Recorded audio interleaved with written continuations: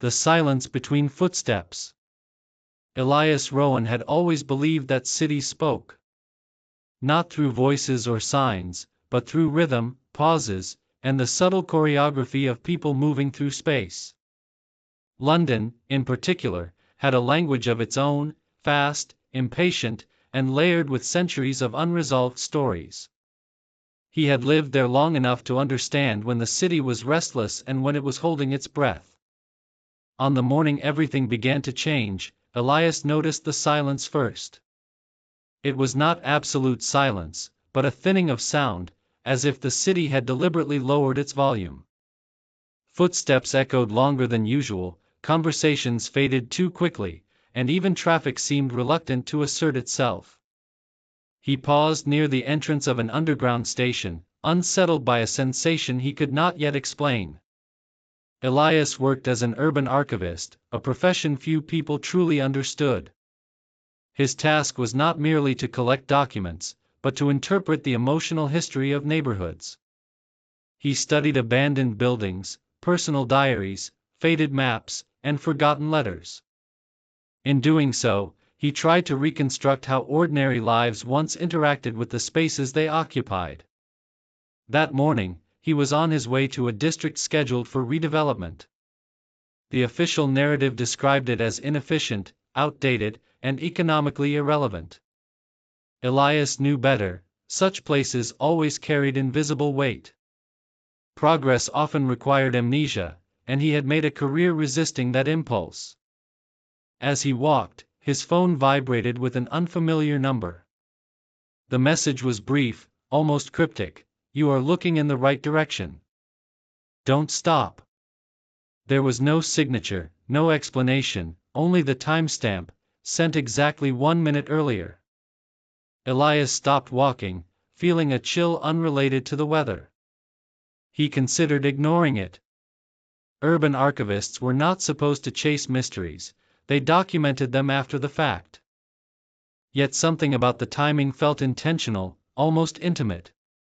Against his better judgment, he continued toward the old district, phone heavy in his pocket. The neighborhood of Blackwell Row sat between modern glass towers and forgotten railway tracks. Its buildings leaned slightly, as if tired of standing upright for so long. Shops were closed, windows boarded, yet traces of life remained in chalk marks and worn door handles. Elias felt as though he were walking through a sentence abruptly cut short. Inside one of the condemned buildings, he found the first anomaly. A light was on.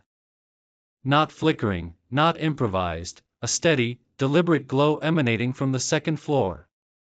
Elias hesitated before entering, aware that curiosity had a habit of rewriting one's plans. The stairwell smelled of dust and old paper. Each step produced a soft protest, but the structure held.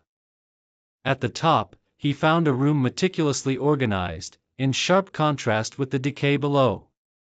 Files were stacked, photographs labeled, and a single desk stood beneath the light. On the desk lay a notebook bearing his name: Elias Rowan.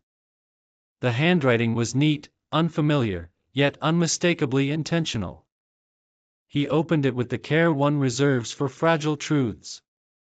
The first pages documented his own research, projects he had never published, thoughts he had never shared. Someone had been observing him with uncomfortable precision. Dates, locations, even moments of hesitation were recorded. The final page read, "You preserve spaces.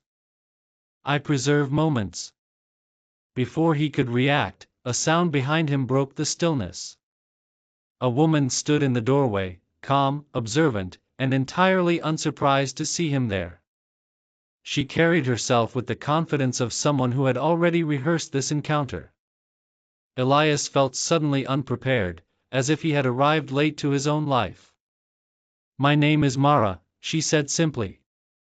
Her voice matched the room, measured, deliberate, devoid of excess. She explained that she was an independent chronicler of human transitions. Where Elias studied places, she studied the moments people crossed invisible thresholds. Mara believed certain changes deserved witnesses. Not journalists, not historians, but individuals capable of recognizing significance without needing permission. She had followed Elias's work for years, drawn to his resistance to erasure. In her view, redevelopment was not merely architectural, it was existential. Over the following weeks, Elias found himself drawn deeper into her world. They documented stories together, often at night, recording voices no one else wanted to hear. Elderly residents spoke of vanished streets, former workers described factories that no longer existed. Each account added texture to a narrative that refused to be simplified, yet something unsettled Elias. Mara never spoke of her past. She appeared and disappeared without explanation, leaving no digital trace. It was as if she existed only within moments of transition. The more he tried to define her, the more she resisted definition. One evening, after an intense interview, Elias confronted her. "Why me?" he asked. Mara considered the question longer than necessary. "Because you understand that silence is not emptiness," she finally replied. Shortly after, the city announced an accelerated demolition schedule. Blackwell Row would be erased within days. Mara proposed one final act, not preservation, but acknowledgement. They would walk the neighborhood at dawn, recording nothing, simply observing.